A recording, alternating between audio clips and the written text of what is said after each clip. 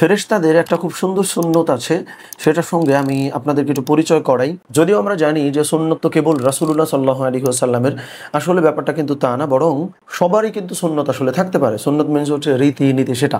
আচ্ছা, আমি মূল আলোচনায় যাই। দেখেন, ফেরেশতাদেরকে আল্লাহ সুবহানাহু ওয়া তাআলা যখন এটা প্রমাণ করলেন, মানে মানব সৃষ্টির একদম শুরুর দিকে, যে ফেরেশতাদেরকে নিয়ে আল্লাহ সুবহানাহু ওয়া তাআলা বসছেন যে আমি পৃথিবীতে মানুষ তৈরি করতে চাই বা খলিফা তৈরি করতে চাই, তখন ফেরেশতারা কিন্তু অপোজ করছিল। তারা এটার সঙ্গে একমত পোষণ করে নাই।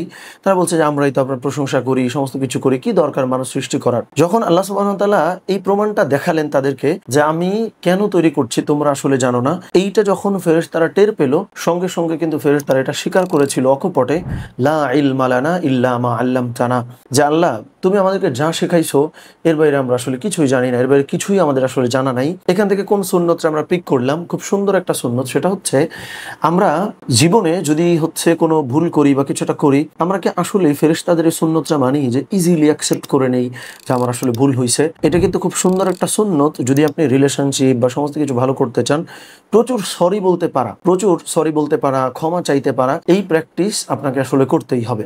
সো এই চেষ্টাটা আমরা করব। আপনি যদি এই ধরনের মানুষ হন যে আপনি খুব সরি বলতে পারেন, খুব দ্রুত ক্ষমা মানে ভুল মেনে নিতে পারেন, কমেন্টে একটু লিখে জানাইতে পারেন আপনি এই দলভুক্ত কিনা বা এই দলভুক্ত কিনা।